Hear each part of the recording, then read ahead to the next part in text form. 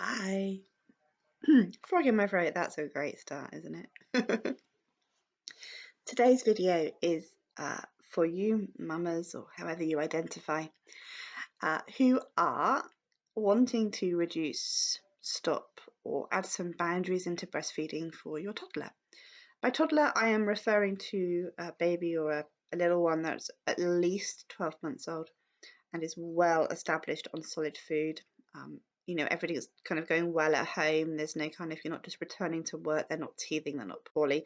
Things are just plodding along, baby's eating well, drinking well, and you're feeling that, you're enjoying breastfeeding, but actually you could do with a break, or maybe you're not enjoying breastfeeding. That's also okay. And there's also, this is suitable for older children as well. Really up to any age. People can breastfeed for as long as they want to. So this will be helpful for certainly for toddlers, probably preschoolers, and maybe upwards for school-age children as well. But you may want to adapt them. So we can breastfeed responsively in an attachment parenting kind of way, and we can have boundaries.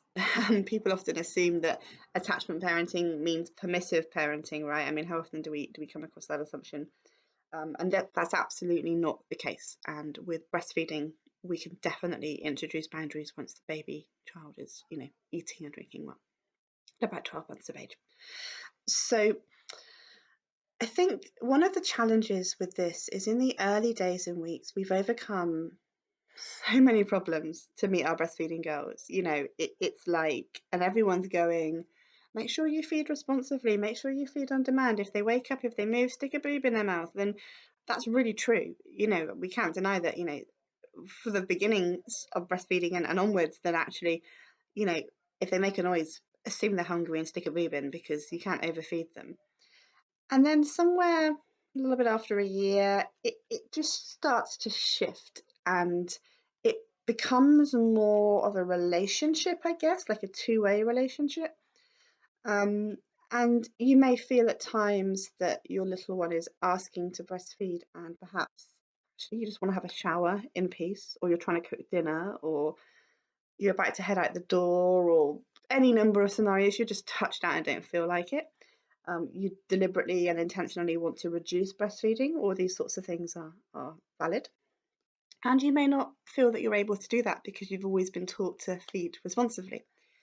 And it's important to learn or to remember that once they get a little bit older, we move away so much from responsive feeding, meaning that we say yes all the time, to responsive feeding, meaning we are responding to our needs as well as our little one's needs, because we are equal partners in this breastfeeding relationship.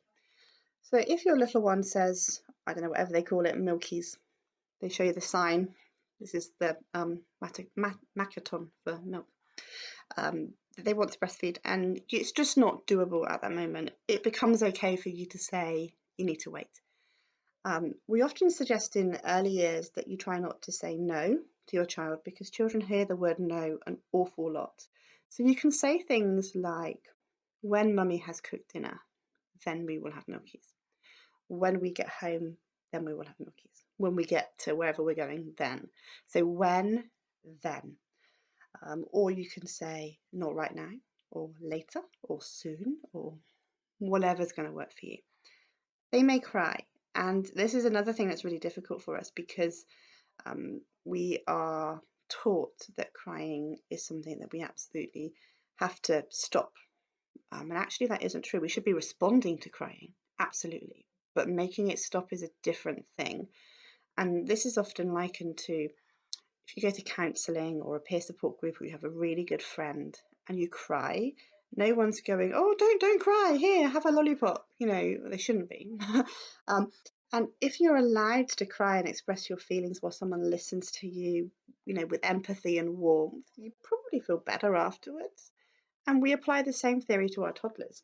I want baby, I want milk. Oh, sweetheart, no, mummy said no. That's so hard, isn't it? I'm here, I'm listening, I know. It's very different to, you're not having babe, go to your bedroom, I'm not talking to you.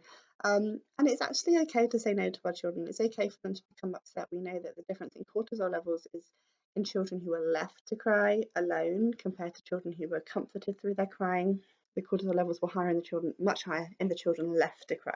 Children who were comforted through crying wasn't really an issue. So it's okay to say no, and it's okay for them to cry. However, you may not be able to cope with that in that particular moment, and actually that's also fine too. So having some distractions on hand is really helpful. One thing I suggest is getting like Tupperware boxes or shoe boxes or something interesting, and filling them with each box with something different. So for example, we had, in one box I had some stickers, in another box some Duplo bricks, in another box there were bubbles, in another box there were some of his favourite zoo animals. There were like marbles, big, like, not marbles, ping pong balls. In another box there were some sensory toys, so on and so forth. Lots of interesting things that weren't kind of in with the everyday toys. And whenever he said, I want to breastfeed, I would say, no, not right now, but let's choose a toy. And the reason we do this, and you do this with the child, so you play with them, is because, yes, we know as adults that breast milk has all the antibodies in it and the hydration and the nutrition and all the wonderful stuff. But as far as the child is concerned, they're wanting to breastfeed because it feels nice. They want to feel close and connected to you.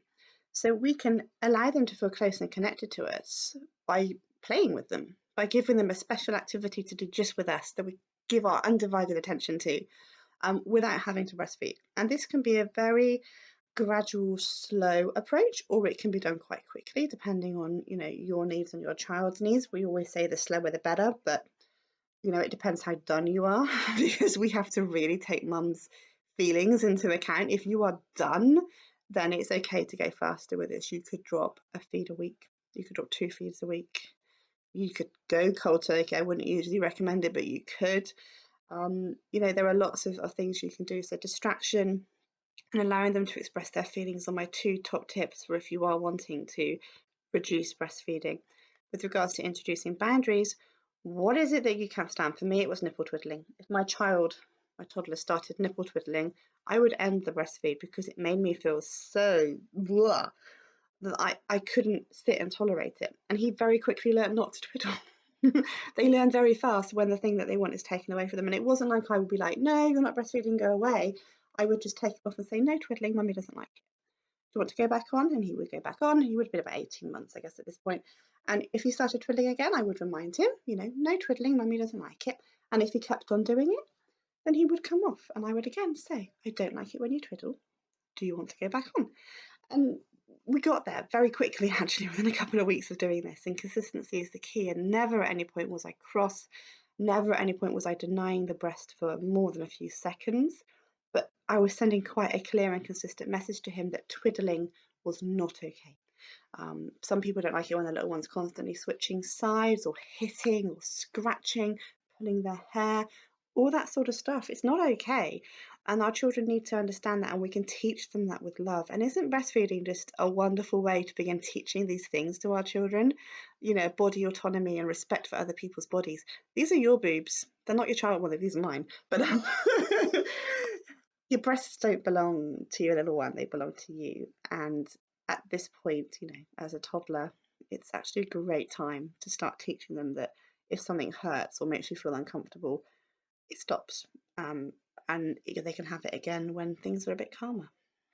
So I'm hoping that you're getting the theme in this video is that we can reduce breastfeeding in a gentle, loving, kind way without too much upset, but also that if they're upset, that's also kind of okay as long as they're being supported. Let me know your thoughts in the comments. Have you weaned? Have you tried weaning? What are your top tips? Let me know if you tried any of this stuff, how it was. And I'll see you in the next video. Remember to like, subscribe, and share. That would be awesome. See you later, guys.